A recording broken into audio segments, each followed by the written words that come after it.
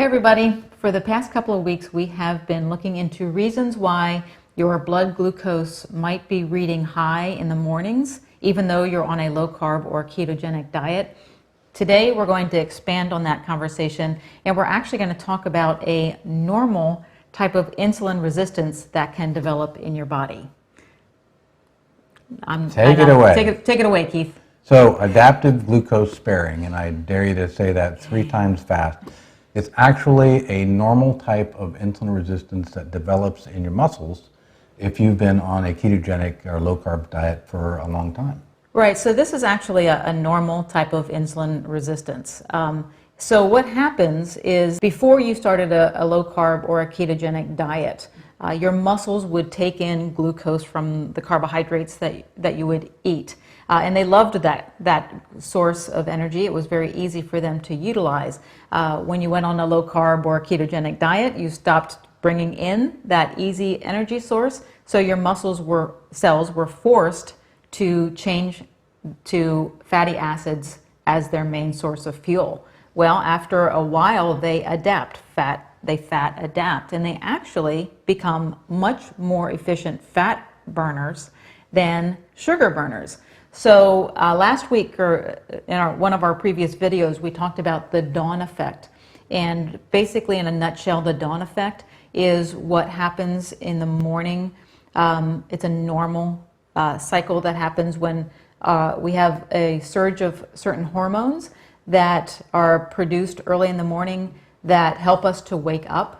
And one of the ways they help us to wake up is they increase the production of glucose in our body, so our body has energy to get us out of bed and get us moving. Well, when your muscle cells have become fat adapted, they are perfectly fine in the mornings running on those fatty acids. So insulin brings that glucose around to the muscle cells, and the muscles say, you know what, no thank you, we don't need the glucose. And the glucose then stays in your blood. So here it is, you get up out of bed first thing in the morning, you prick your finger, and you realize that your blood glucose is 105.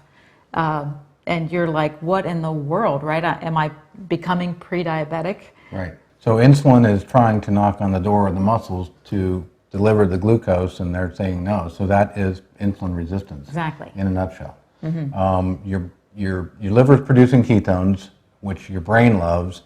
Your muscles love free fatty acids. Mm-hmm. They get very, very adept at using those.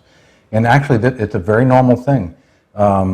If you look at some of the literature for physiological insulin resistance, which is what they used to call it, they really found that initially in adolescents. So I found a really interesting study, interesting to me because I'm a keto geek.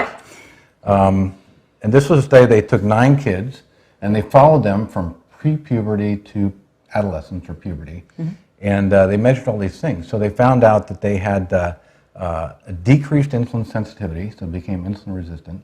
They doubled their insulin production, insulin resistant, right? Mm-hmm. The interesting thing was that they had an increased total body lipolysis, which means breaking down of fat, their body fat stores, of 125%. Of the ratio of fat to glucose that they were using. And I think that is like just amazing. So it happens to all of us. Yeah. This is called the Randle cycle, which says that increased fat oxidation competes with glucose oxidation, and that contributes to decreased glucose uptake and insulin resistance. Yeah. So that's exactly what's going on in these muscles. Yeah. And you know what that means, of course. What? It's good to be young.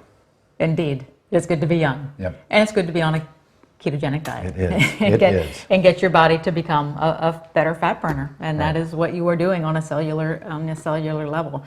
Right. So this is all normal. But yet, you know what, it is kind of, it plays with your brain, yep. Definitely, that you're getting these high blood glucose readings in the morning, even though you are really not taking in carbohydrates from anything other than maybe some vegetables. Yeah. So if you do have a concern about it, you can ask your doctor to test your HbA1c for you. That is a measure of how your body is utilizing glucose over a 3-month period, and that should be normal. So if that is normal, what is happening probably in you is you're experiencing this adaptation, this adaptive glucose sparing, and you're just getting a little bump in the morning of your glucose, and the rest of the day your body is handling that glucose just fine. Right. Yeah. It is a normal thing, but it is, I've gone days where I've had 5 grams of carbs, and the next morning my glucose is close to 100, and it's like, how can that even be possible? Yeah. But this and explains it's it. good to know that it might actually be indicating your body is working really well. That's right. Yeah. Yeah. Awesome. So, hey, I hope that was helpful. Thanks so much for watching and being a part of our videos. If it was helpful, we would appreciate if you subscribe to our channel so we can bring up some new videos here real soon. Thanks so much. Yep. We'll see you. I may have said thank you about 4 times, but it's all right. I'm thankful. You're right.